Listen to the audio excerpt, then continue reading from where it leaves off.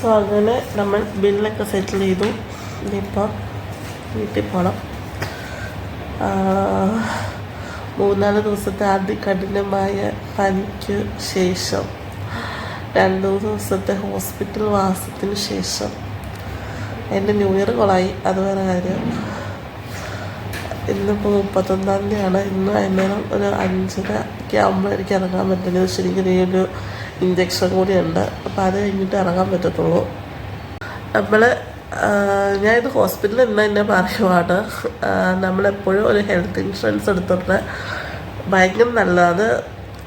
ഞാനൊരു health insurance കമ്പനിയുടെ work ചെയ്യണം. പക്ഷെ എൻ്റെ കമ്പനിയിൽ നിന്ന് ഹെൽത്ത് ഇൻഷുറൻസ് എടുക്കണമെന്ന് ഞാൻ ആരെയും കമ്പൽ ചെയ്യത്തില്ല. നമ്മൾ അത്യാവശ്യം നമ്മുടെ മാർക്കറ്റിലുള്ള എല്ലാ പ്രോഡക്റ്റും നോക്കി അത് കമ്പയർ ചെയ്ത് നമുക്ക് അഫോർഡബിളായിട്ട് ഒരുപാട് ഫീച്ചേഴ്സ് തരുന്ന കുറേ ഇൻഷുറൻസ് ഉണ്ട്. അങ്ങനത്തെ നമ്മൾ നോക്കിയിട്ട് നമുക്ക് ഇഷ്ടപ്പെട്ടത് അല്ലെങ്കിൽ നമുക്ക് കുറച്ചുകൂടി കൺവീനിയൻ്റ് ആയിട്ട് പറ്റുന്നത് അഫോർഡ് ചെയ്യാൻ പറ്റത്തത് നോക്കിയിട്ട് എടുക്കാം. അതാണ് എനിക്ക് പറയാനുള്ളത്.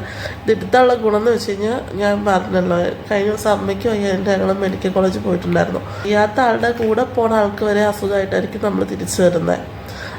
OPയുടെ ടിക്കറ്റ് എടുക്കണമെങ്കിൽ നമ്മൾ ആദ്യം പോയി ക്യൂ നിൽക്കണം. ആ ക്യൂ നീണ്ട് അത് തീർന്നു കഴിയുമ്പോഴത്തേനും നമ്മൾ ഏത് ഡോക്ടറെ കണ്ടതെന്ന് വെച്ച് കഴിഞ്ഞാൽ അവിടെ പോയി ക്യൂ നിൽക്കണം. അതും കഴിഞ്ഞ് കഴിയുമ്പോഴത്തേനും ഞങ്ങൾ OP കാണിച്ചു കഴിഞ്ഞപ്പോഴത്തേനാണ് ഞങ്ങൾ ക്യാഷ്വാലിറ്റിയിൽ വേണം. അമ്മയുടെ കാലിലൊരു കുരു വന്നത്. അപ്പം കുരു കീറാൻ പറഞ്ഞിട്ടാണ് ക്യാഷ്വാലിറ്റി പോകാൻ പറഞ്ഞു. ക്യാഷ്വാലിറ്റി ചെന്ന് അവിടെ കുറേ നേരം കഴിഞ്ഞപ്പോൾ അവിടെയാണെങ്കിൽ ഭയങ്കര തിരക്ക്.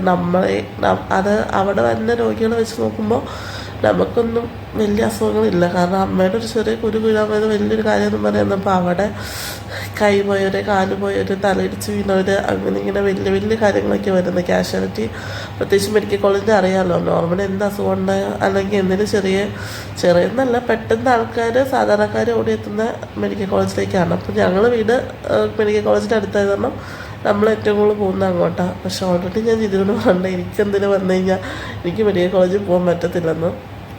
നല്ല ഡോക്ടേഴ്സാണ്, നല്ല ചികിത്സയാണ്, എല്ലാം ഓക്കെയാണ്. പക്ഷെ നമ്മളവിടെ പോയി കഴിഞ്ഞ് കഴിഞ്ഞാൽ നമ്മുടെ എന്താ പറയുക, ഒരു ദിവസം തീരും. നമ്മൾ രാവിലെ പോയി, ഞങ്ങളന്ന് രാവിലെ 8 മണിക്ക് പോയതാണ്. വൈകുന്നേരം 5:30 തിരിച്ച് വീട്ടിൽ വന്നപ്പോൾ.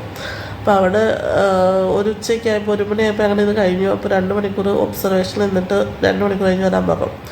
അപ്പം 1 മണിക്ക് കഴിഞ്ഞ് കഴിഞ്ഞപ്പോൾ 2 മണി 3 മണി ആയല്ലോ. അപ്പോൾ 3 മണി ആയപ്പോഴത്തേന് ഞാൻ വിചാരിച്ചു ഓക്കെ ഇതുകൊണ്ട് കാണിച്ചിട്ട് വരാമെന്ന് പറഞ്ഞാൽ അവിടെ ചെന്നപ്പോഴത്തേനും ആ ഡോക്ടർ ഒരു ആവശ്യം തന്നെ എന്നെക്കുറിച്ച് ചീത്ത വിളിക്കുകയാണ് ചെയ്തത്. ചീത്തല്ല, പുള്ളിക്കാരി ആ ഒരു ഇത് വെച്ചിട്ട് അവിടെ ഇഷ്ടംപോലെ ആൾക്കാർ വരുന്നുണ്ട്, നിങ്ങൾ തന്നെ പോകാനുള്ളതല്ല, നിങ്ങൾ നോക്കിയിട്ട് വിടുള്ളൂ, നിങ്ങൾ കുറച്ച് നേരം അവിടെ പോയി വെയിറ്റ് ചെയ്യുക, അത് കഴിഞ്ഞിട്ട് വിടത്തുള്ളൂ എന്നും പറഞ്ഞിട്ടുണ്ട്. അങ്ങനെ പറഞ്ഞു കേട്ടോ. അപ്പം ഞാൻ അതായിട്ട് പറഞ്ഞാൽ ഞങ്ങൾ ഫുഡ് പോലും കഴിക്കാണ്ട് ഇവിടെ ആൾക്കാർ നോക്കിക്കൊണ്ടിരിക്കണേ. നമ്മൾ ഫുഡ് പോലും കഴിക്കാണ്ടാണ് പോയി നിൽക്കുന്നത്, രാവിലെ തൊട്ട് വൈകുന്നേരം വരെ നിൽക്കുന്നത്. അന്ന് ഞങ്ങൾ വീട്ടിൽ വന്നപ്പോൾ 5:30 കണ്ടായി.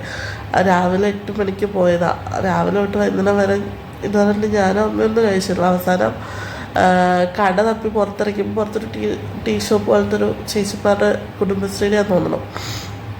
അവിടെ ഗൂഗിൾ പേ ഇരിക്കില്ല. പുറത്തിറക്കി അന്വേഷിച്ചപ്പോൾ അവിടേക്കും അടുത്ത ചായക്കടയില്ല. വൈകുന്നേരമൊക്കെ ആകുമ്പോഴത്തേനും അവിടെ തട്ടുകടകളൊക്കെ വരും. ഇതൊരു ഉച്ച സമയം കഴിഞ്ഞ് വൈകുന്നേരം ആവാറായതുകൊണ്ട് അതും കിട്ടിയില്ല. ഞാൻ പിന്നെ നേരെ ഓപ്പോസിറ്റ് ബസ് സ്റ്റാൻഡ് അവിടെ പോയിട്ട് മറ്റേ കപ്പലിൻ്റെ മിഠായിയും വെള്ളയപ്പം വാങ്ങിച്ചിട്ടാണ് വന്ന് കഴിച്ചത്. എനിക്ക് വന്നപ്പോൾ ജിതി ഈ കിംസിലാണ് കൊണ്ടുവന്നത്. സത്യം പറഞ്ഞാൽ നമുക്ക്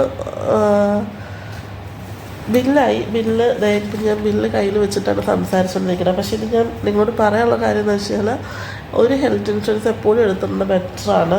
നമുക്ക് ഇവിടെ 12,900 സംതിങ്, അതായത് 13,000 രൂപ അടുത്തായി ബില്ല്. അതിൽ 8,000 സംതിങ് റുപ്പീസ് നമ്മുടെ ഈ ടോൺസിലൈറ്റീസിന് 2 വർഷം നമ്മൾ ഫ്രഷ് ആയിട്ടൊരു പോളിസി എടുക്കണം. 2 വർഷം കഴിഞ്ഞാൽ ക്ലെയിം ചെയ്യാൻ പറ്റത്തുള്ളൂ. സ്ലോഗൻ ഡിസീസ് എന്ന് പറഞ്ഞിട്ട് കുറച്ച് അസുഖങ്ങളുണ്ട്, അത് 2 വർഷം കഴിഞ്ഞാൽ കിട്ടത്തുള്ളൂ.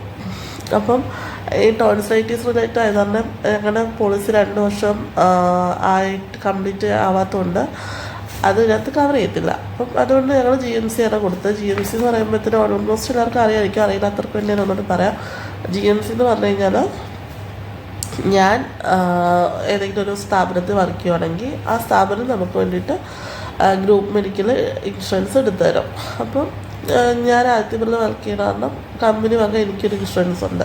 അതുപോലെ ജിതിക്കുണ്ട്. അത് നമുക്ക് വേണ്ടവർ നമ്മുടെ ബ്ലഡ് റിലേഷനിലുള്ള ആരുമെല്ലാം ആഡ് ചെയ്യാം. അപ്പം ഞാൻ എൻ്റെ ആഡ് ചെയ്തേക്കണേ എൻ്റെ സ്പൗസ്, അമ്മ, അനിയൻ, ഞങ്ങൾ 4 പേരുമാണ് അതിനകത്തുള്ളത്.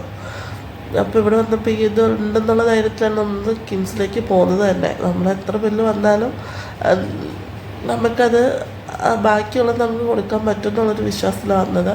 അപ്പം ഈ ഗ്രൂപ്പിൻ്റെ ഒരു ഇത് വെച്ച് കഴിഞ്ഞാൽ എല്ലാത്തിനും അല്ല, നമ്മുടെ ഒരു ഇതെന്ന് വെച്ച് കഴിഞ്ഞാൽ മിക്കവാറും കോ പേയ്മെൻ്റ് ഉണ്ട്. അപ്പോൾ കോ പേയ്മെൻ്റ് എന്ന് പറയുമ്പോൾ നമ്മൾ ഇത്ര ടോട്ടൽ എമൗണ്ട് ഇത്ര % നമ്മൾ കയ്യിൽ നിന്ന് അടയ്ക്കേണ്ടി വരും. അപ്പോൾ അതാണ് എൻ്റെ ഇതിലുണ്ടായിരുന്നത്. എൻ്റെ ഇതിനകത്ത് കോ പേയ്മെൻറ്റും ഉണ്ടായിരുന്നു. 10% കോ പേയ്മെൻ്റാണ്. അപ്പോൾ അതുകൊണ്ട് 12,900 സംതിങ്ങിൽ നമുക്ക് 8,000 സംതിങ് റുപ്പീസാണ് നമുക്ക് അപ്രൂവ് ആയി കിട്ടിയത്. ഇത് നമ്മൾ പോളിസി എടുക്കുമ്പോഴത്തേനും കുറേ കാര്യങ്ങൾ നമ്മൾ നോക്കണം. അപ്പം അതിനെക്കുറിച്ച് ഡീറ്റെയിൽ ആയിട്ടുള്ള വേറൊരു വീഡിയോ ഞാൻ വേണേൽ ചെയ്യാം, നിങ്ങളൊന്ന് ചോദിച്ചാൽ മതി. അതായത് നമ്മുടെ കൺസ്യൂമേഴ്സ് കവർ ചെയ്യുന്നതായിരിക്കണം, അതുപോലെ നമ്മുടെ PD അത്യാവശ്യം കവർ ചെയ്യാൻ പറ്റിയതായിരിക്കണം, അങ്ങനെയൊക്കെ കുറേ സംഭവങ്ങളുണ്ട്. അപ്പം എല്ലാ ഇൻഷുറൻസ് കമ്പനിയും ക്ലെയിം കൊടുക്കുമെന്ന് വെച്ച് കഴിഞ്ഞാൽ ക്ലെയിം കൊടുക്കും. ജെന്യുവനായിട്ട് എടുത്താൽ എല്ലാ കേസിലും എല്ലാ ഇൻഷുറൻസ് കമ്പനിയും ക്ലെയിം കൊടുക്കും. ഒരുപാട് കിട്ടാത്ത കേസുകളുണ്ട്. അത് കമ്പനിയുടെ മാത്രം കുറ്റമല്ല, കസ്റ്റമറുടെയും കൂടി ഭാഗത്തായിരിക്കും. നമ്മൾ സ്ഥിരം കാണുന്നതാണ്. ചിലപ്പോൾ അവർക്ക് പണ്ട് കണ്ട് വരുന്ന അസുഖങ്ങൾ അവർ മെൻഷൻ ചെയ്യാതെ വിട്ടതായിരിക്കും. ചിലപ്പോൾ ഈ പറഞ്ഞ നമ്മൾ വെയിറ്റുമ്പിലുള്ള അസുഖമായിരിക്കും വന്നിട്ടുണ്ടാണ്. അങ്ങനെ കുറച്ച് പ്രശ്നങ്ങൾ വരുമ്പോഴാണ് അത് കമ്പനിയുടെ മാത്രം തെറ്റല്ല, കസ്റ്റമറുടെ ഭാഗത്തും കൂടി ഉള്ള തെറ്റുകളാണ്. ട്രാൻസ്പെറൻ്റ് ആയിട്ട് എല്ലാം പറഞ്ഞ് കാര്യങ്ങളെടുത്തോ നമുക്കൊന്നും നോക്കണ്ട. 100% നമുക്ക് പോളിസി കിട്ടും, അതുപോലെ തന്നെ ക്ലെയിമും കിട്ടും. അപ്പം ഞാൻ പറഞ്ഞു വന്ന ഇത്രയേ ഉള്ളൂ. ഞാൻ ഇവിടെ കിംസിൽ വന്ന് അഡ്മിറ്റായി കഴിഞ്ഞപ്പോൾ എനിക്കിവിടെ ഒന്നും അറിയണം. നമുക്ക് അവിടെ കിടന്നാൽ മാത്രം മതി.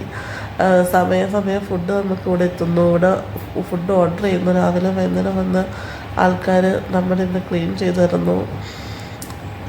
ഭയങ്കര പൈസ കൊടുക്കണം. പൈസ ഉള്ളവരാണെങ്കിൽ ഓക്കെ, വെൽ ഗുഡ്.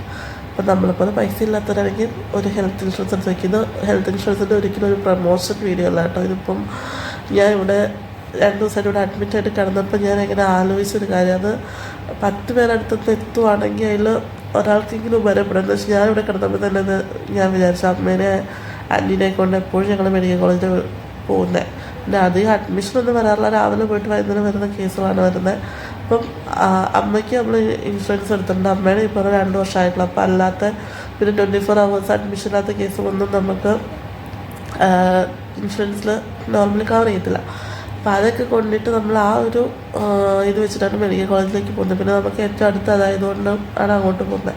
ഞാൻ അവിടെ നിന്നപ്പോഴത്തേനും വിചാരിച്ചിരുന്നു, അവരെ നമുക്ക് ഇത്രയും പ്രശ്നമൊന്നും ഇല്ലാണ്ട് ഇത്രയും ബുദ്ധിമുട്ടിക്കാണ്ട് ഇത്ര ഏജ് ആയവരല്ല, അവരെ നമുക്ക് ഇതുപോലത്തെ രീതിയിൽ നമുക്ക് ട്രീറ്റ് ചെയ്യാൻ പറ്റുവാണെങ്കിൽ അതൊരു നല്ല കാര്യമാണല്ലോ. അപ്പം ഇത് കണ്ടിട്ടൊരു 10 പേർക്കെങ്കിലും ഒരു 5 പേർക്കെങ്കിലും ഒരു ഇൻഷുറൻസ് എടുത്ത് അവരുടെ ഫാമിലിനെ പ്രൊട്ടക്റ്റ് ചെയ്യാൻ പറ്റുവാണെങ്കിൽ, അതിൽ ഒരാളെങ്കിലും മാറി ചിന്തിക്കുകയാണെങ്കിൽ അതൊരു നല്ല കാര്യമായിട്ട് എനിക്ക് തോന്നി. അതുകൊണ്ടാണ് എനിക്ക് ഈ സൗണ്ട് ഇല്ലാഞ്ഞിട്ടും ഇങ്ങനത്തെ സിറ്റുവേഷൻ എത്തിയിട്ടും ഞാനിത് പറയുന്നത്.